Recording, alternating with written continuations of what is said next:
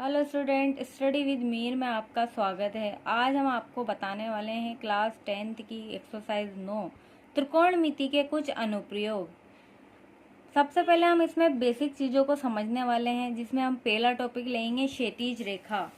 क्षैतिज रेखा किसे कहते हैं? पृथ्वी के धरातल के समांतर रेखा क्षैतिज रेखा कहलाती है। मान लिया ये धरातल है और इसके समांतर रेखा जो जाएगी वो हो जाएगी क्षैतिज रेखा।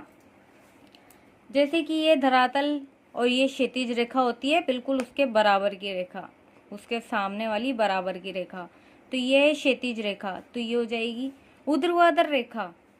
पृथ्वी के धरातल के लंबवत 90 डिग्री रेखा ऊर्ध्वाधर रेखा कहलाती है। माना ये धरातल है और इसके 90 डिग्री का की रेखा बनाते 90 डिग्री का कोण बनाते हुए जो रेखा बनेगी उसे ऊर्ध्वाधर रेखा कहते हैं। अगला टॉपिक है हमारा दृष्टि रेखा। प्रेक्षक व वस्तु को मिलाने वाली रेखा दृष्टि रेखा कहलाती है। प्रेक्षक मान लो कोई इंसान है जो देख रहा है किसी उड़ती हुई पतंग को। पतंग हो गई हमारी वस्तु, तो हमारी आंखों से और पतंग के बीच में जो रेखा बनेगी हमारे देखने से और उस पतंग के बीच में, तो उसे बोलेंगे दृष्टि रेखा। अगला हमारा पॉइंट है उन्नयन कोण।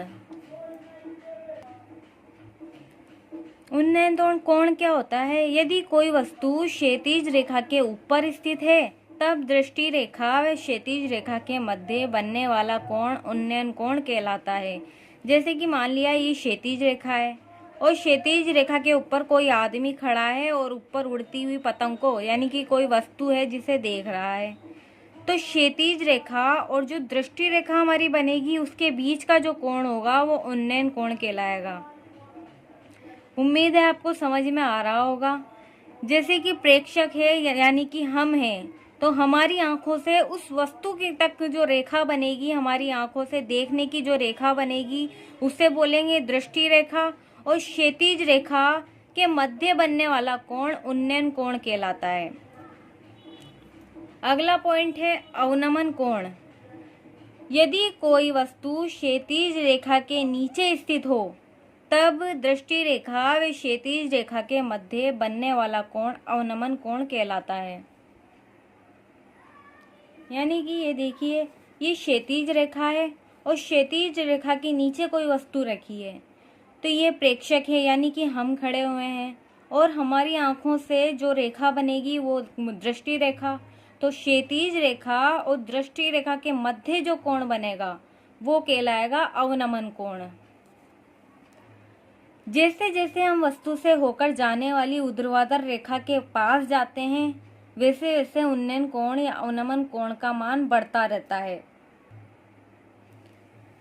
जैसे कि एक वस्तु है और यहाँ प्रेक्षक है, तो इसने कहा है जैसे जैसे हम वस्तु से होकर जाने वाली ऊर्ध्वाधर रेखा, मान लिया वो ऊर्ध्वाधर रेखा इस जगह पर है, पास जाते हैं वैसे वैसे उन्नयन कोण या अवनमन कोण का मान बढ़ता जाता है।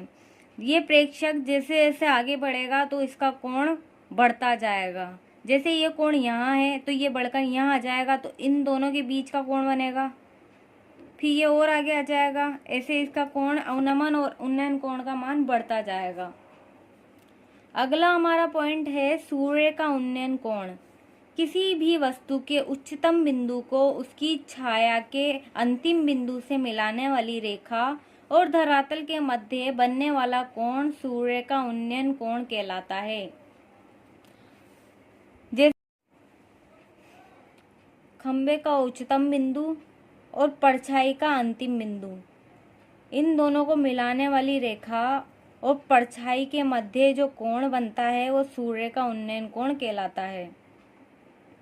किसी निश्चित समय पर सभी वस्तुओं के लिए सूर्य का उन्नयन कोण समान रहता है।